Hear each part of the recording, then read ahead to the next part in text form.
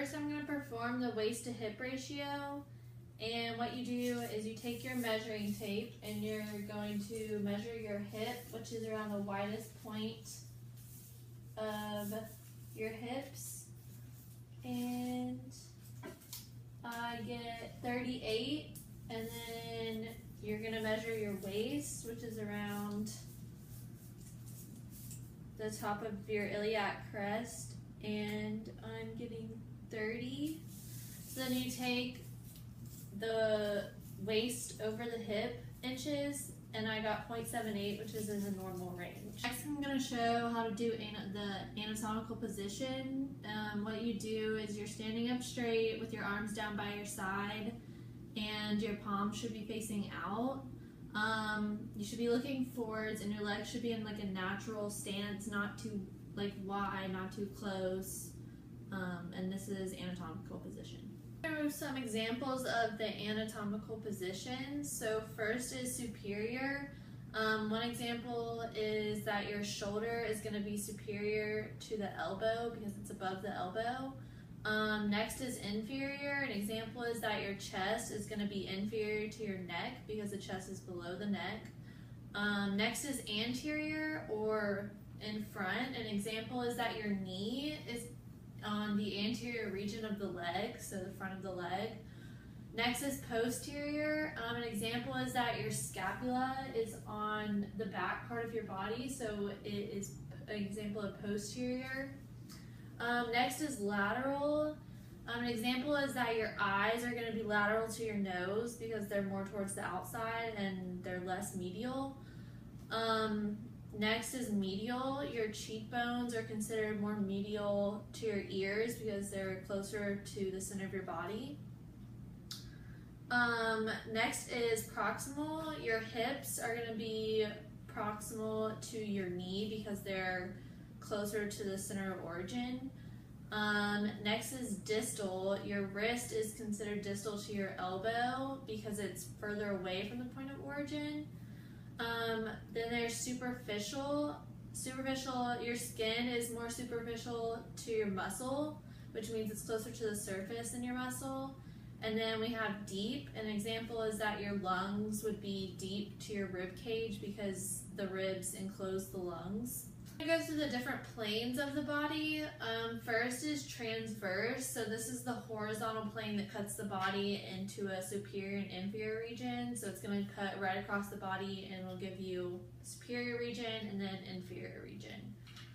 Next is the frontal plane, which is the vertical plane that divides the body into an anterior and posterior. So front and back. So you're going to have anterior and then posterior in the back, and the plane cuts through the body like this. And then you'll have the sagittal plane, which is also a vertical plane that divides the body into a left and right. So you're going to be looking at it this way, and you'll have a left and a right side, or a medial and lateral. Now I'm going to go through the different axes of the body. The first is the mediolateral axis. This is related to the sagittal plane because it runs from side to side. So this is going to be the axis right here, and it runs from median to lateral. So you'll see like side to side movements. Then there's the anterior-posterior axis, which is related to the frontal plane. So this axis runs anterior and posterior movement, so you're going to see it from this direction. And then lastly is the longitudinal or superior-inferior axis, which is related to the transverse plane, which cuts across the middle of the body, providing a superior and inferior region. And this is where rotational movements occur. And so the center of mass in the body is a fixed region where the body's mass is equally distributed in all directions. This is dependent on gender, posture, and limb position. Typically, someone's center of mass is right around the navel, so the stomach, and at the top of the hip bone. So this is where we carry, like, this is our center of mass for most individuals. Body motions include circumduction and pronation and supination of the ankle. So an example of circumduction can be seen by making circular motions with the arm. So there's a fixed point and then a free moving point, and circumduction just means circular movement. For pronation and supination of the ankle, pronation of your ankle is when your ankles are going to move in toward each other and your toes are going to go outwards. And then for supination of the ankle, it's the opposite. So your ankles move away from each other and your toes come in toward each other. And in the sagittal plane, we have flexion, dorsiflexion, plantar flexion, extension, and hyperextension. These movements are viewed from the side, so a side view, and I'm gonna do examples using my shoulder. So an example of flexion with the shoulder is when you bring your arm out in front. So this movement is flexion. Extension of the shoulder is when you bring it back down to your side. So this is extension. And then hyperextension can be seen by bringing your arm out behind you. So this is hyperextension of the shoulder. So flexion, extension, and hyperextension. Movements include dorsiflexion and plantar flexion. So dorsiflexion is when the foot is flexed upwards and your toes are reaching for the ceiling. And then plantar flexion is when the foot is flexed downwards and it's like you're stepping on a gas pedal and your toes are planted toward the ground. Motions in the frontal plane, we have abduction, adduction, elevation and depression of the scapula, eversion, inversion, and then deviation and lateral flexion. So abduction and adduction can be seen with the shoulder, and this is in the frontal plane, so I'm going to be facing forward. So abduction of the shoulder is where you bring it away from the body, so this is abducting.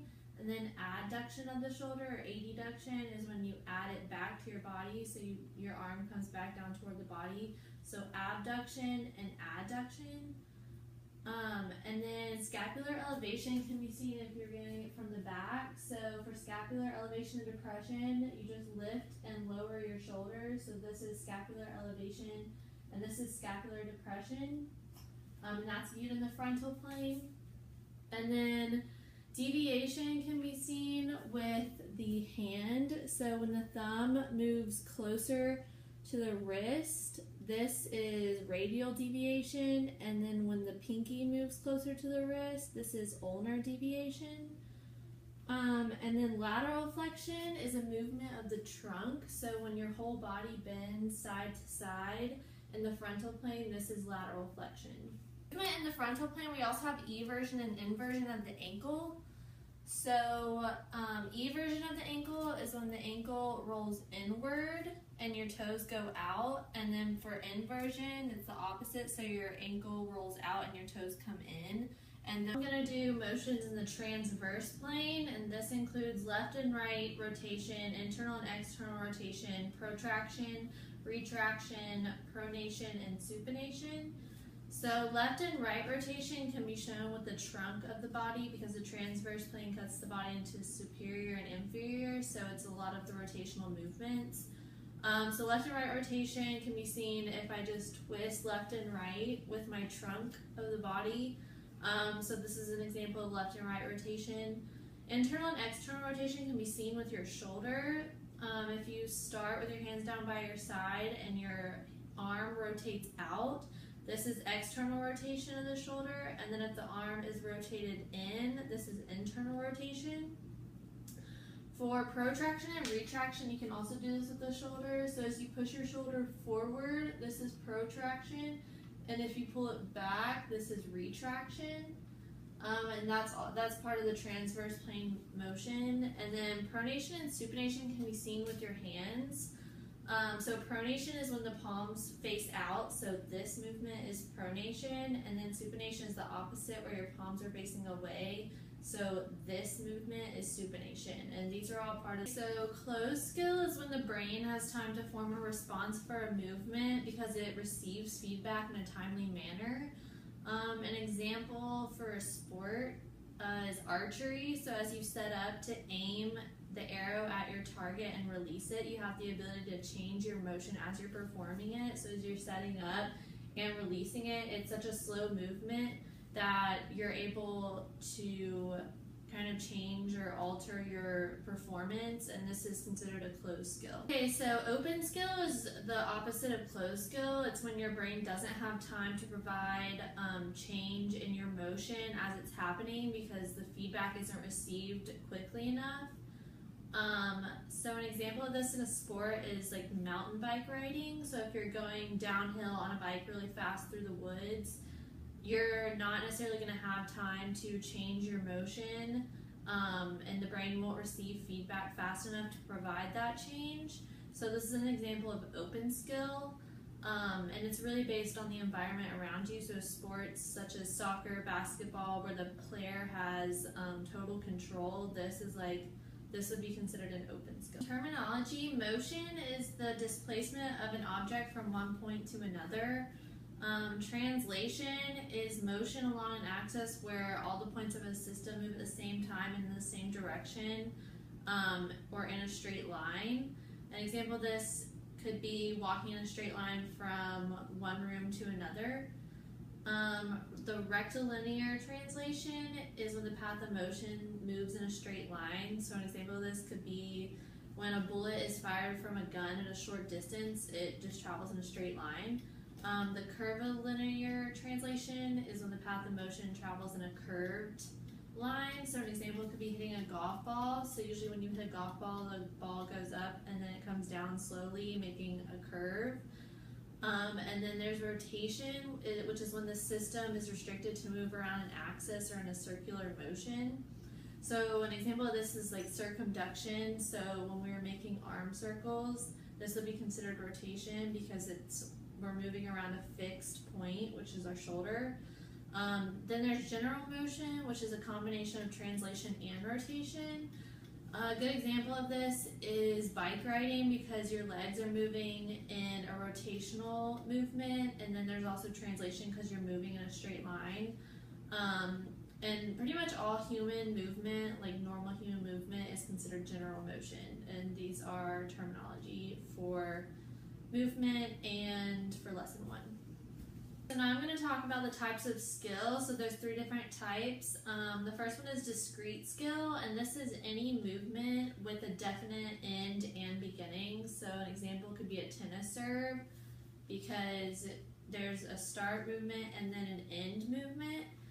And then there's continuous skill, which is the opposite, and this is any movement with no definite start and end. And you see this in basketball, soccer, really any sport where the player does a lot of quick movements and changes, and this is where the player has more control, so this would be continuous skill. And then there's serial skill, which is when movement appears to be continuous, so it doesn't have a start and an end, but it's actually a combo of multiple discrete skills together. A good example is a gymnastics routine, because a gymnastics routine is planned and it's controlled, but there's a lot of starting and stopping movements, so this would be considered a serial. Different types of chains when it comes to biomechanics. So the first one is simple kinetic chain, and this is where each segment participates in 2 or less linkages, and an example is the leg, because it is linked to the hip and the knee. Then there's the complex kinetic chains, which is where each segment participates in more than 2 links. So an example could be the torso, because it has links to the arms, the legs, and the neck. So it has more than 2. And then there's a closed kinetic chain, which is where the most distal segment has no free movement and it's stationary. So a squat would be considered a closed kinetic chain movement, because your legs are fixed to the ground, there's no movement there, but your upper body moves freely. And then there's open kinetic chain, which is where the most distal segment has free movement. So this could be a shoulder press, because your hands are the most distal segments and they have free motion, but the rest of your body stays stationary. So these are the different types of chains.